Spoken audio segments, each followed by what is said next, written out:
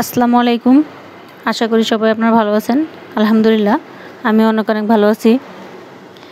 তো আজকে খুব সুন্দর একটা ভিডিও নিয়ে আসলাম। আর শুরুতেই এই যে ঢেঁড়সের ফুলটা মাশাআল্লাহ কত সুন্দর লাগতেছে। আসলে এটা যদি অন্য কোনো ফুল হতো তাহলে আমরা কিন্তু খুব গুরুত্ব দিতাম। তো ঢেঁড়সের ফুল দেখে হয়তো অনেকে গুরুত্ব দেয় না, কিন্তু আলহামদুলিল্লাহ দেখেন ফুলটা কিন্তু অনেক সুন্দর। আর বৃষ্টির পানি যখন গাছের পাতায় বা ফুলের মধ্যে পড়ে তখন কিন্তু দেখতেই কিন্তু অন্যরকম লাগে, মানে এই দৃশ্যটা দেখার মতো।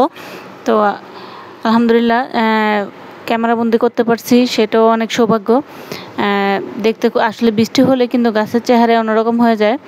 আর বৃষ্টির পানি যখন গাছের গায়ে পড়ে তখন কিন্তু গাছেরও খুব খুশি থাকে, যেটা আমি মনে করি।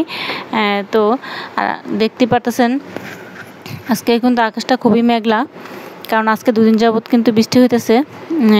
আর বর্ষার সিজন যেহেতু এই মাসটা কিন্তু পুরাই কিন্তু বৃষ্টি, কয়েকদিন পর পরই বৃষ্টি আসে। তো আর ভিডিওটা শুরু করার আগে একটু বলে নিই, যারা ভিডিওটা দেখবেন আশা করি সম্পূর্ণ ভিডিওটা দেখবেন। আর দেখতে দেখতে যদি ভালো লাগে আমার নতুন বন্ধু যারা আছেন চ্যানেলটা সাবস্ক্রাইব করে দিবেন। আর যারা অলরেডি করে ফেলছেন তাদেরকে তো অসংখ্য ধন্যবাদ। আর বেশি বেশি করে লাইক কমেন্ট শেয়ার করে দিবেন। তো যেমনটা বলছিলাম, আজকে থাম্বনেলে যেমনটা দেখছেন যে মৃত প্রায় গাছগুলা প্রায় একবারে শেষই হয়ে গেছিলো, সেই গাছ থেকে আলহামদুলিল্লাহ প্রায় 20-25 দিনের মধ্যে আমি কিভাবে আবার বরবটি এগুলো হারভেস্ট করলাম। আর যেমনটা বলছিলাম আমি কয়েকদিন আগে 15 দিন বা 12 দিন আগের একটা ভিডিওতে, আমি ছোট ছোট যেই ডাটা চারাগুলো লাগাইছিলাম, তো যেমনটা আপনাদের সাথে বলছিলাম যে 15 দিনের মধ্যে ডাটা ইনশাল্লাহ হারভেস্ট করতে পারবো, তো সেটা আজকে দেখাবো। আর এই যে ঢেঁড়সের পাতাগুলি মাশাআল্লাহ দেখতে পারতেছেন কত সুন্দর। আলহামদুলিল্লাহ এই বেডটা কিন্তু সম্পূর্ণ জৈবভাবে তৈরি করা, আমার প্রতিটা বেডই কিন্তু জৈবভাবে তৈরি করা। তো যারা দেখতে চান পিছনে অনেকগুলি মাটির তৈরি করা ভিডিও আছে, তো আশা করি দেখে নেবেন। তো দেখতে পারতেছেন জৈবভাবে আমরা যদি গাছ করি তাহলে গাছের চেহারা গ্রোথ মাশাআল্লাহ কেমন থাকে। আর গাছের গ্রোথ ভালো থাকলে যে গাছের কোনো রোগ পোকার আক্রমণ হয় না, সেটাও কিন্তু এখানে কিন্তু প্রমাণিত। তো গাছের এই যে পাতাগুলো দেখাইলাম আপনাদেরকে উল্টিয়ে, তো দেখতেই পারছেন সেখানে কিন্তু কোনো রোগ পোকার আক্রমণ ছিল না। গাছ যদি হেলদি থাকে আসলে গাছে কিন্তু কোনো রোগ পোকার আক্রমণ করতে পারে না। তো এই তো আজকে এখানে কিন্তু এই ডাটাগুলি আমি ঈদের পরে কিন্তু লাগাইছি, এটার ভিডিও আমার চ্যানেলের পিছনে আছে। তো যারা আমার ভিডিও সবসময় দেখেন তারা তো জানেনই আমি কতদিন হয়েছে ডাটাগুলি লাগাইছি। আর যারা আমার নতুন বন্ধু আছেন তারা চাইলে পিছনে একটু গিয়ে দেখে আসবেন। তো এই বেডটা কিন্তু সম্পূর্ণ জৈবভাবে আমি তৈরি করছিলাম। তো আজকে এখানকার সম্পূর্ণ ডাটাগুলি আমি উঠিয়ে ফেলবো, কারণ আজকে এবার ডাটাগুলি বেশি বড় করব না, ছোট অবস্থায় খেয়ে ফেলবো। আর ছোট অবস্থায় খেলেও কিন্তু ডাটা কিন্তু খুবই ভালো লাগে। আর মাটি আমি যে কাটার যে কেচিটা সেটা আনতে ভুলে গেছি। তো মাটি কিন্তু একসাথে গাছগুলো যখন টান দেই দেখতে পারতেছেন, যেহেতু মাটিগুলো সম্পূর্ণ ভিজা, একবারে শিকড়ের সাথে কিন্তু সবগুলো মাটি উঠে আসে। তো যারা জৈবভাবে বেড রেডি করতে চান তারা কিন্তু খুবই সহজে কিন্তু বেডগুলো রেডি করতে পারেন। আর বেড যখন রেডি করবেন তখন দেখবেন মাশাআল্লাহ ফলনও খুব ভালো হবে, আর খুব দ্রুত কিন্তু ফলন পাওয়া যায়। তো যারা রাসায়নিক দিয়ে গাছ করেন, আসলে রাসায়নিক দিয়ে যদি আমরা গাছ করি তখন দেখা যায় মাটির কিন্তু উর্বরতা কিন্তু নষ্ট হয়ে যায়। আর জৈবভাবে যদি আমরা করি সেটা কিন্তু একটু ধৈর্য ধরে করলে আর একটু সামান্য একটু পরিশ্রম করলে কিন্তু খুব সুন্দর কিন্তু একটা ফলন পাওয়া যায়। আর যারা রাসায়নিকভাবে গাছ করে দেখা যায় যে খুব দ্রুত ফলন পায়, কিন্তু মাটির গুণাগুণ কিন্তু নষ্ট হয়ে যায়। আর আপনার এই যে আমার মাটিগুলো দেখলে বুঝবেন, এখানে কিন্তু এই যে দেখেন আলুর খোসাগুলো এই সামান্য সামান্য দেখা যাইতেছে, এটার নিচে কিন্তু সম্পূর্ণ জৈবভাবে তৈরি করা। তো এই চিন্তা করতেছি যে এটা যেহেতু অর্ধেক এখনও খালি আছে, মাটি যেহেতু নিচের দিকে সবাই চেপে গেছে, তো এই মাটিগুলি যদি সম্ভব হয় ঢেলে এটার নিচে আমি আবার অন্য কিছু দিয়ে তারপরে কিন্তু বেডটা কিন্তু আরেকটু উঁচা করে দেবো, মানে আরেকটু বড় করবো আর কি মাটিগুলা। তো এভাবে করে আমরা যদি জৈবভাবে বেড রেডি করি তাহলে দেখা যাবে যে গাছের ফলন কিন্তু ইনশাল্লাহ খুব সুন্দর কিন্তু পাওয়া যায়। আর এই যে আমার বরবটি গাছটা ঈদের পরে কিন্তু অবস্থা খুবই খারাপ হয়ে গেছিলো, মানে গাছের কোনো চেহারাই ছিল না, এমন অবস্থা হয়ে গেছিলো। তো কি এমন একটি খাবার দিছি যেটা দেওয়ার পরে আলহামদুলিল্লাহ দেখতেই পারতেছেন, আপনাদের সাথে নিয়ে আজকে হারভেস্ট করব। আর গাছ মোটামুটি আলহামদুলিল্লাহ কি পর্যায়ে আছে দেখতে পারবেন। তো আমি কিভাবে করে এরকম বরবটি পেলাম। আর এর আগে তো প্রতিদিনই 2-1 দিন পর পর 4টা 5টা 6টা 7টা করে বরবটি কিন্তু হারভেস্ট করছি। একেবারে যে বন্ধ ছিল তা কিন্তু না। তো একটু যত্ন, যেটা বললাম একটু আগে, যে একটু যত্ন যদি আমরা একটু কষ্ট করে যদি জৈবভাবে করি তাহলে কিন্তু আলহামদুলিল্লাহ খুব সুন্দর কিন্তু আমরা এখান থেকে কিন্তু রেজাল্ট পাবো। তো ধৈর্যটাই হচ্ছে মেন গাছ করার জন্য। তো ধৈর্য যদি ধরতে পারি জৈবতে কিন্তু খুব সুন্দর ফলন আমরা পাই। আর রাসায়নিক দিলে মাটির গুণাগুণ কিন্তু একেবারেই নষ্ট হয়ে যায়, যেটা আর অনেক চেষ্টা করলেও কিন্তু মাটির গুণাগুণ ফিরিয়ে আনা যায় না। আর জৈব দিয়ে আপনার যতবার মাটি রেডি করবেন মাটির গুণাগুণ কিন্তু ততই বৃদ্ধি পাবে।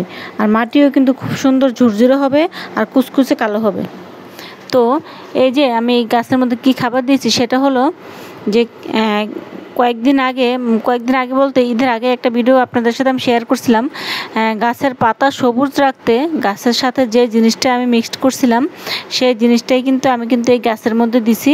আমার গাছের পাতাগুলোও সবুজ হয়েছে।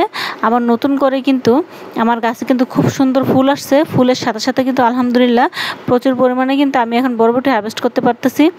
আর যেগুলো থাকবে সেগুলো তো আবার পরে হারভেস্ট করতে হবে, কারণ সবগুলো তো আজকে উঠাবো না।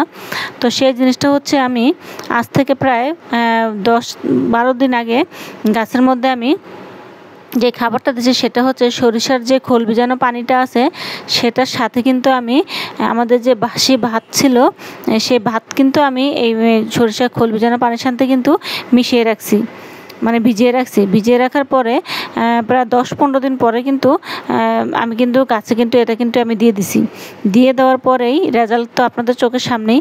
আর যখন আমি গাছে দিচ্ছি সেটাও আমার চ্যানেলে আছে, আপনারা একটু দেখে নেবেন যে আমার আগের পিছনের যে ভিডিওটা আমি গাছে যখন খাবারটা অ্যাপ্লাই করছি তাহলেই বুঝতে পারবেন যে আমি কতদিন আগে গাছে খাবার অ্যাপ্লাই করছি।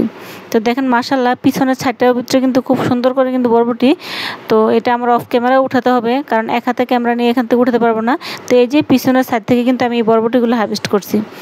তো আপনারাই বলেন জৈবভাবে আমরা যদি এরকম ফলন পাই তাহলে আমরা রাসায়নিকে কিসের জন্য যাব।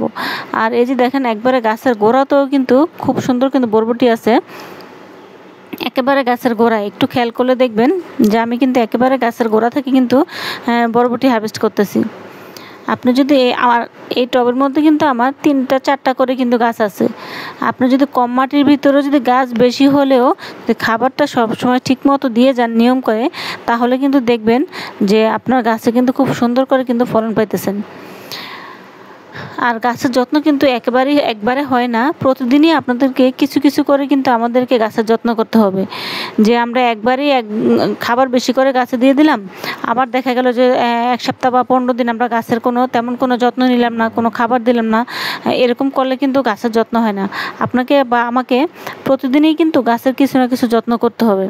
সেটা হোক গাছের আগাছা বাছা বা যে আগাছাগুলি হয় সেগুলি বাছা এগুলি। আর দেখা যায় যে আপনার গাছের গোড়া যে মাটিগুলি আমরা খুঁড়ে দেই, প্রতি সপ্তাহে যদি একবার মাটি খুঁড়ে দেই তাহলে করে দেখবেন গাছের যে এয়ার সার্কুলেশনটা খুব সুন্দর করে কিন্তু হয়। আর গাছের শিকড়গুলো কিন্তু খুব সুন্দর মজবুত হয়। দেখা যায় আপনার গাছের গোড়ার মাটিটা যত নরম থাকবে, বাতাস যত চলাচল করবে ততই কিন্তু গাছে বাতাস ঢুকবে, অক্সিজেন পাবে, গাছ শিকড় কিন্তু খুব সুন্দর করে বৃদ্ধি পাবে। আর নতুন শিকড় যদি বৃদ্ধি পায়, নতুন শিকড় যদি হয় তাহলে কিন্তু গাছ খাবারও কিন্তু খুব সুন্দর করে নিতে পারে। তো এই তো দেখেন আজকের হারভেস্ট মাশাআল্লাহ, যেমনটা বলছিলাম যে 15 দিনের মধ্যে আমি ডাটা হারভেস্ট করতে পারবো। আর বরবটি তো 15 দিনও লাগে নেই, 10-12 দিনের মাথায় কিন্তু বরবটি হারভেস্ট করতে পারছি। আর এই যে ডাটাগুলি, এই দুটোটা ডাটাই কিন্তু আমি বেটের ডাটাগুলি কিন্তু একদিনই লাগাইছি, সাইজও কিন্তু একই রকম বড় হয়েছে। তো আজকের এই বেটেরগুলো উঠাবো না, এক বেটের ডাটাগুলি কিন্তু আমি উঠিয়ে নেব। আর এই যে নতুন করে কিন্তু আমি আবার লাগিয়ে দিছি। তো আমার আরও ডাটার চারা আছে, সেগুলোও কিন্তু আমি আবার নতুন করে লাগিয়ে দেব। তো এরকমভাবে যদি আমরা একটা পরে একটা সবজি এক বেড থেকে আরেক বেড লাগিয়ে যাই তাহলে কিন্তু দেখবেন যে আমাদের সবজিগুলোও খুব সুন্দর হয় আর আমাদের বাগানটাও কিন্তু তেমন একটা খালি যায় না। আর এখানে বেগুনের চারাগুলো মাশাআল্লাহ খুব সুন্দর, সবগুলো চারাই টিকে গেছে। তো এগুলো আমি একটু বড় হলে তখন অন্য টবে আর কি নিয়ে এগুলো লাগিয়ে দেব। তো যাদের এরকম টব আছে একটা একটা করে যদি আপনি যদি প্রতিটা টবে যদি একটা দুটা করে যদি ডাঁটা বা অন্যান্য সবজি যদি এরকম করে লাগিয়ে দেন একটা সবজির সাথে আরেকটা, তাহলে কিন্তু মোটামুটি খুব সুন্দর করে কিন্তু একটা ফলন পাবেন।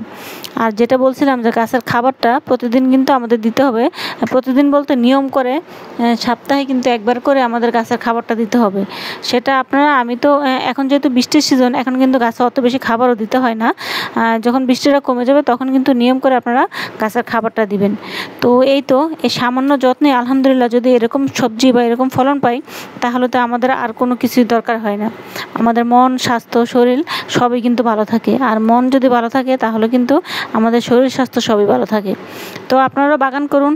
আর যদি আপনাদের কিছু জানার থাকে কমেন্টস করুন, কমেন্টসে ইনশাল্লাহ উত্তর দেওয়ার চেষ্টা করব।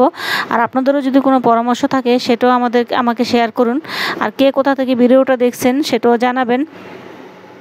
আর আপনাদের অভিজ্ঞতাগুলো আমার সাথে শেয়ার করবেন। আর বেশি বেশি করে আপনারাও গাছ লাগান। আমিও ইনশাল্লাহ যতটুকু সম্ভব আপনাদের সাথে আমার সফলতাগুলি শেয়ার করব। এটা দেখে যদি আপনারা যদি একটুও যদি উপকৃত হন, সেটাই হচ্ছে আসলে আমাদের সার্থকতা। যারা আমরা বাগান করি, আমরাও চাই যে আপনারাও আপনাদের ছোট ছোট জায়গাগুলিতে এরকম করে সুন্দর করে বাগান করুন, নিজের মন ভালো রাখুন, সব কিছু ভালো রাখুন। তো যাই হোক, সবাই ভালো থাকবেন। দেখা হবে পরবর্তী অন্য একটি ভিডিও নিয়ে। তো সবাই ভালো থাকবেন। আল্লাহ হাফিজ।